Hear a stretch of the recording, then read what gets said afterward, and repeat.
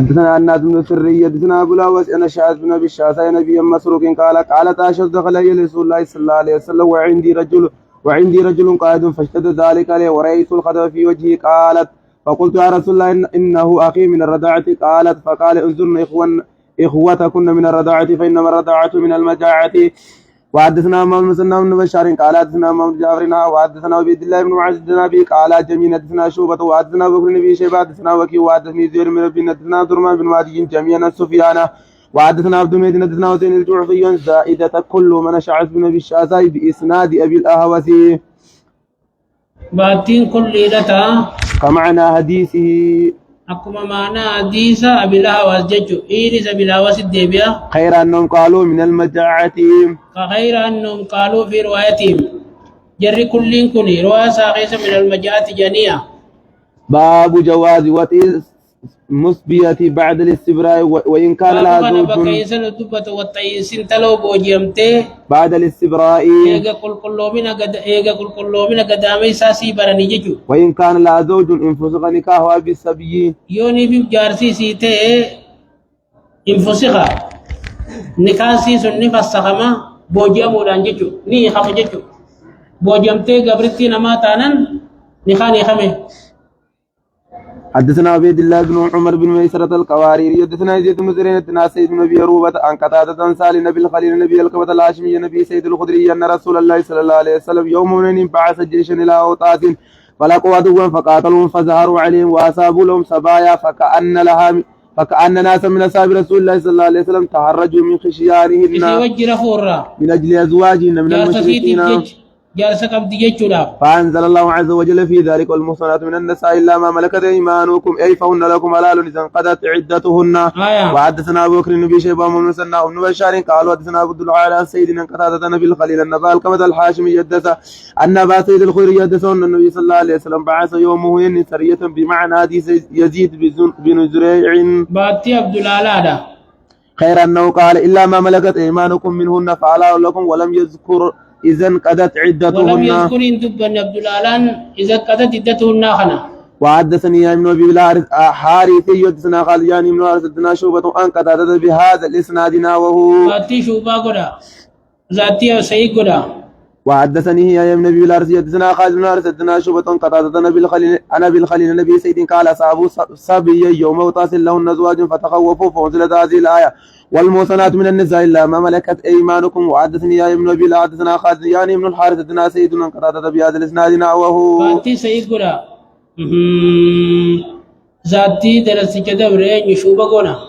باب الولد للفراش وتوقع الشبهات علم نموت المنخاء قد تأتي بي وتوقع الشبهات وأن مر والبقات الرأي دجو سنو الدبة تنير. حدثنا كتيب بن سيدنا ليسنها وحدثنا ونور من أبن الليسن من شاب بن عروة ماشت أنها قالت اختزم سعد بن أبي وقاص وعبد بن زمعة في خلام فقال سعد هذا يا رسول الله ابن أخي عتبة بن أبي وقاص أهد إلي أنه ابن انظر إلى شبيه وقال عبد بن زمعة هذا أخي يا رسول الله ولد لا فراش شبيه من وليدته فنظر رسول الله صلى الله عليه وسلم إلى شبيه فراشبا بينا بعتبة فقال ولك يا عبد والولد للفراش ولله الأجر واحتجب منه يا سودة بنت زمعة قالت فلم يرى سودة قط ولم يذكر محمد بن قوله يا عبد.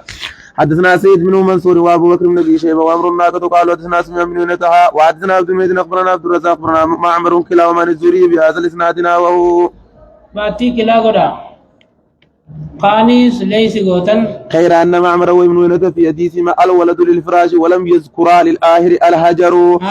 وحدثني إمام رافع وعبد المجيد قال ابن رافع حدثنا عبد الرزاق أخبرنا معمر بن الزهري بن السيب وأبي سلمة بن أبي هريرة أن رسول الله صلى الله عليه وسلم قال الولد للفراش وللآخر الهجر. وحدثنا سيد بن منصور وزير بن ربي وعبد العالى بن محمد وعمر الناقد قالوا حدثنا سفيان بن الزهري أما ابن منصور فقال عن سيدنا أبي هريرة وأما عبد العالى فقال عن أبي سلمة وعن أبي سيد عن ابي هريره وقال زهير بن سعيد او نبي سلمة احدهما او كلاهما نبي هريره وقال حدثنا سفيان مره عن الزهري عن سعيد وابي سلمة ومره عن سعيد وابي سلمة ومره عن سعيد عن ابي هريرة النبي صلى الله عليه وسلم بمثل حديث معمر.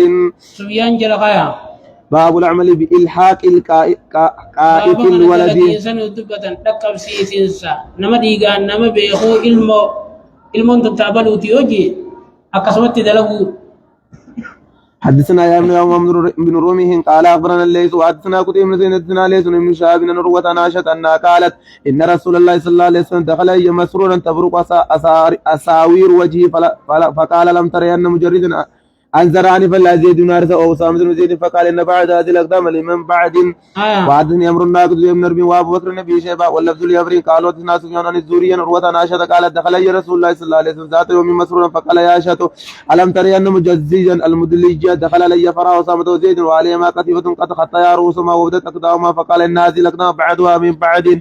وحدثنا منصور بن أبي مزاحم حدثنا إبراهيم بن سعد عن الزهري عن عروة عن عائشة قالت دخل قائفنا ورسول الله صلى الله عليه وسلم شاهده وأسامة بن زيد وزيد نارث متجعان فقال إن هذه الأقدام بعدها من بعد فسر بذلك النبي صلى الله عليه وسلم وعجبه وأخبر بعائشة.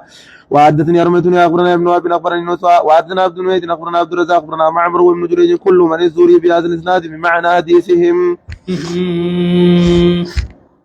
كلهم جريهم دينو باتي ستيفنا باتي كل جرى خينيا همي جرم دبرت دي فنايا.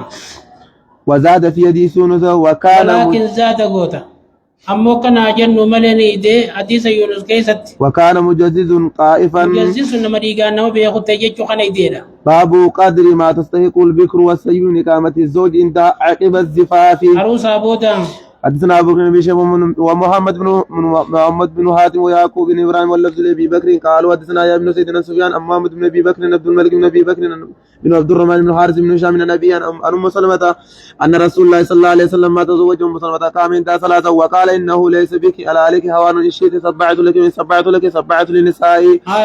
حدثنا يا ابن قال قرات ولا مالك بن عبد الله بن ابي بكر بن عبد الملك بن ابي بكر بن عبد الرحمن ان رسول الله صلى الله عليه وسلم تزوج ام سلمة واصبحت عنده قال لا ليس بك ذلك وان شئت سبعت انتك وان شئت سلست ثم درت قال سلس. وحدثنا عبد الله بن مسلمة القعنبي حدثنا سليمان بن يعني بن بلال بن عبد الرحمن بن عميد بن عبد الملك بن ابي بكر بن ابي بكر بن عبد الرحمن ان رسول الله صلى الله عليه وسلم يتزوج ام سلمة فدخل عليها فاراد ان يخرج اخذت بثوبه فقال رسول الله صلى الله عليه وسلم ان شئت زدتك وحاسبتك به سيدات سي سابا جنين للبكر سبع وللسيب ثلاث. وحدثنا يا ابن اخبرنا ابو دمرة عن عبد الرحمن بن ميد في هذا الاسناد مثله.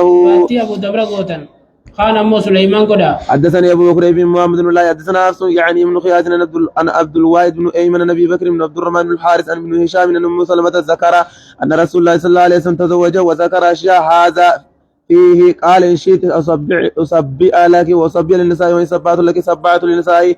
حدثنا يا ابن اخبرنا شيء من خالد انا ابي قدر ديبت وشيت ان نسبيا غلط انا ابي قلابه انا انس بن مالك قال اذا تزوج البكر على السيب قام انت سبا واذا تزوج السيب على البكر قام انت ثلاثا. قال خالد ولو قلت انه رفعه لصدقت ولكنه قال السنه كذلك. انا كنجي اذا موقوف قولي شيء تجري موقوف قولي من سلام مرفوع قولي وانكجبو وجي. وحدثني امام بن رافع بن عبد الرزاق بن سفيان بن ايوب وخالد الحزاء نبي قلابة انس قال من سنة يقيم عند البكر سبعا. قال خالد ولو شئت قلت رفعه للنبي صلى الله عليه وسلم باب القسم بين الزوجات وبيان ان سنة ان تكون لكل واحدة ليلة مع يومها.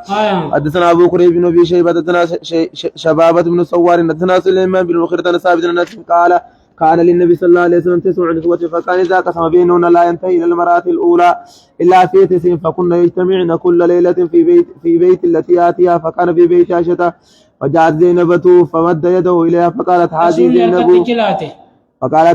زينب فكف النبي صلى الله عليه وسلم يده فتقاولتها دوبا ولا رفسا حتى استغبتا أنقوا ولسه سنيت يجو وقيمت الصلاة صلاة نقاما قدمته فمر أبو بكر على ذلك فسمع أصواتهما فقال اخرج يا رسول الله إلى الصلاة وأحسوا فيها وأفواههن التراب أفان ثاني بينا كجي. فخرج النبي صلى الله عليه وسلم فقال عائشة الآن حتى استخبتا هنگا سغلي ثاني والفلتني رفعتا أصواتهما يجو تمانا وان أركانون دبتن تكتلان وان تالي دبتي بخي دبت أفان ثاني بينا كبرابي أنا بالغي فلما قضى النبي صلى الله عليه وسلم صلاته أتاها أبو بكر فقال لها قولا شديدا وقال أتسمعين هذا باب جواز هبتها نوبتها لدرتها. خنون دلادا ترى يسيرا مسانوسي تبن وانجو. حدثنا زهير بن ربنا حدثنا جرير عن هشام بن عروة عن أبي عائشة قالت ما رأيت امرأة أحب إلي أن أكون في مسلاخها. أني وانتان يتنتلون تكتنين نبي رجالة تمو أني حال إسيس كيس التهون بسودة بنت زمعة. سودة بنت زمعة رجت من امرأة فيها حدة. إسين انتلو قروا من اللي سلاخي سجرويت. قالت فلما كبرت جعلت يوما من رسول الله صلى الله عليه وسلم لعائشة. دنيا قولا قدته دنيا إسيلا عائشة خني تيلالا انت ليسي غيس قروا مني يجون قروا مني قلبي لا يجون فتنهم من آية.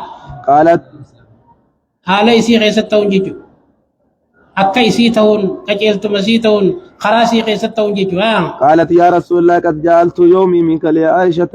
أكا نجد فكان رسول الله صلى الله عليه وسلم يقسم لعائشة يومها ويوم سودتها. لا أكل ما سيمه أكا نبي نتنار يتت دنيا تراتي يا واندندو عائشة برنا بولي يتن. حدثنا ابو بكر بن ابي شيبه حدثنا عقبه بن خالد وحدثنا عمرو بن عاصم حدثنا الاسود بن إيمان كان نما كراجيجو سلامة أنت لك قلت لهم توني شر عادات يمتي برما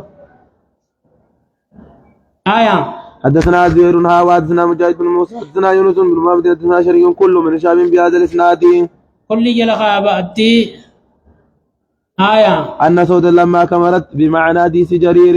آية. وزاد في حديث شريك قالت وكانت أول امرأة تزوجها بعدي. نابودة تيسي فودي عائشة بودة فوديسي قدونا فودي بردرانو.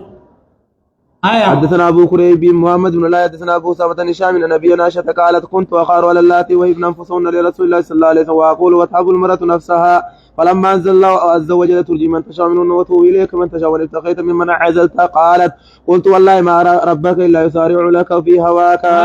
وحدثنا أبو بكر بن شيبة حدثنا عبد بن سليمان عن هشام من النبي عائشة أنها كانت تقول أما تستحي امرأة تهب نفسها لرجل حتى أنزل الله عز وجل ترجي من تشاء منهن وتوب إليك من تشاء قلت إن ربك ليسارع لك في هواك. قال محمد بن عاتم حدثنا محمد بن بكر أخبرنا ابن جريج أخبرني عطاء قال حضرنا مع ابن عباس جنازة ميمونة زوج النبي صلى الله عليه وسلم بسرف فقال ابن عباس هذه زوج النبي صلى الله عليه وسلم فإذا رفعتم نعشها سريسي يقول الفتن ولا تزعزعوا ولا تزلزلوا وارفقوا فإنه كان عند رسول الله صلى الله عليه وسلم 9 فكان يقسم ل8 ولا يقسم لواحدة. قالت التي لا يقسم لها سبية من تهيي بن أخطبة. وهم من الرأي دغدغر رأي راته تصود رسول. حدثنا عمرو بن رافع وعبد المجيد جميعا عبد الرزاق عن ابن جريج بهذا الاسناد. عبد الرزاق قونا ذاتي محمد بن بكر قونا. وزاد قالت كانت آخرهن موتا ماتت بالمدينة. وهم من الرأي غنيس باب السباب بنكاح ذات الدين. حدثنا زهير بن محمد بن سنة وعبيد الله بن سعيد قالوا حدثنا يا ابن سعيد بن عبيد الله أخبرني سيدنا النبي هريرة صلى الله عليه وسلم قال كل مرة لربي لمالها ولسبيها ولجمالها ولدينها فاصبر بذات الدين تربت يداك.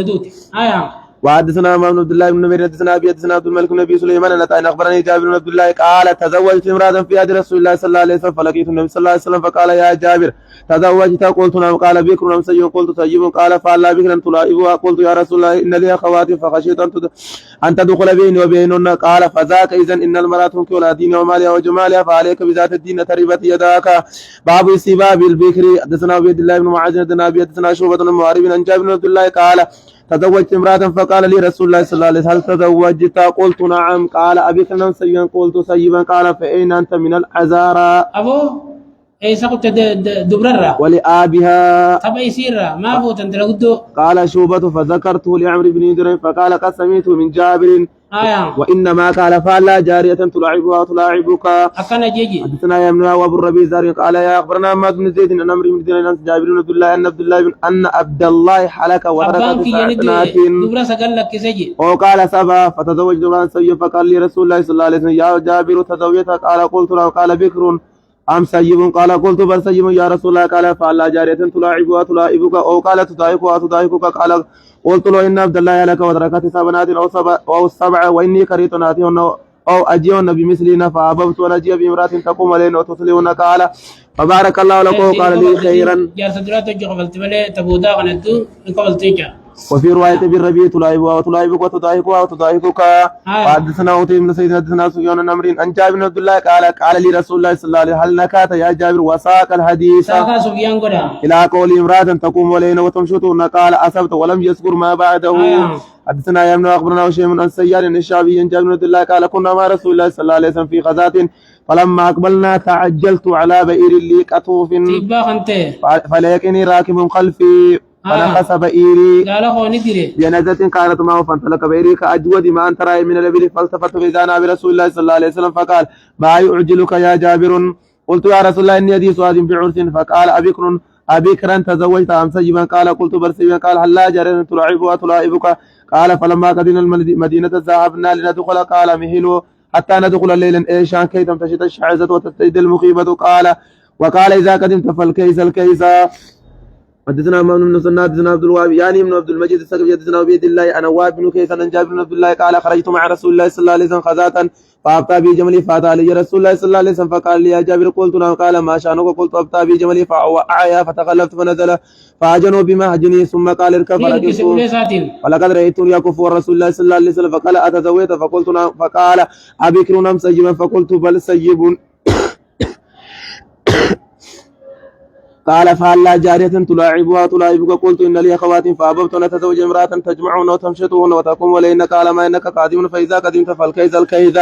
ثم قال تبيع جملك؟ قلت نعم. فاشترى مني بوقية. ثم قدم رسول الله صلى الله عليه وسلم وقدمت بالخطاة فجئت المسجد فوجدت على باب المسجد فقال على أين قدمت؟ قلت نعم. قال فدع جملك ودخل فصلي ركعتين. قال فدخلت فصليت ثم رجعت فأمر بلال أن يزن لي أوقية فوزن لي بلال فأرجع في الميزان. قال فانطلقت فلما وليت قال ادعي جابر فدعيت فقلت على أنا يرد ولي الجمل ولم يكن شيء فأخذ لي منه فقال خذ جملك ولك ثمنه.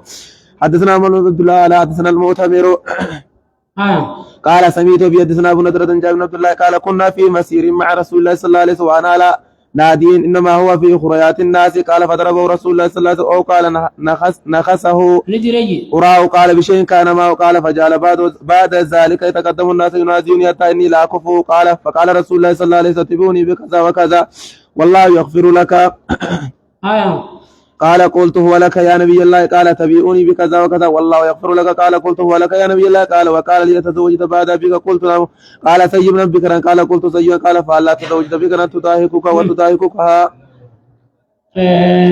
تبرك ما بجنا وتلاعبك وتلاعبها. قال ابو نضرة فكانت كلمة يقول المسلمون افعل كذا وكذا والله يغفر لك. كان جنجي باب خير متاع الدنيا المرأة الصالحة. حدثنا بن عبد الله بن الرمضاني حدثنا عبد الله بن يزيد حدثنا هيبة واخبرني شرابيل بن شريك انه سمع عبد الله ابا عبد الرحمن الغلي حدثنا عبد الله بن عمرو ان رسول الله صلى الله عليه وسلم قال الدنيا متاع وخير المتاع الدنيا المرأة الصالحة.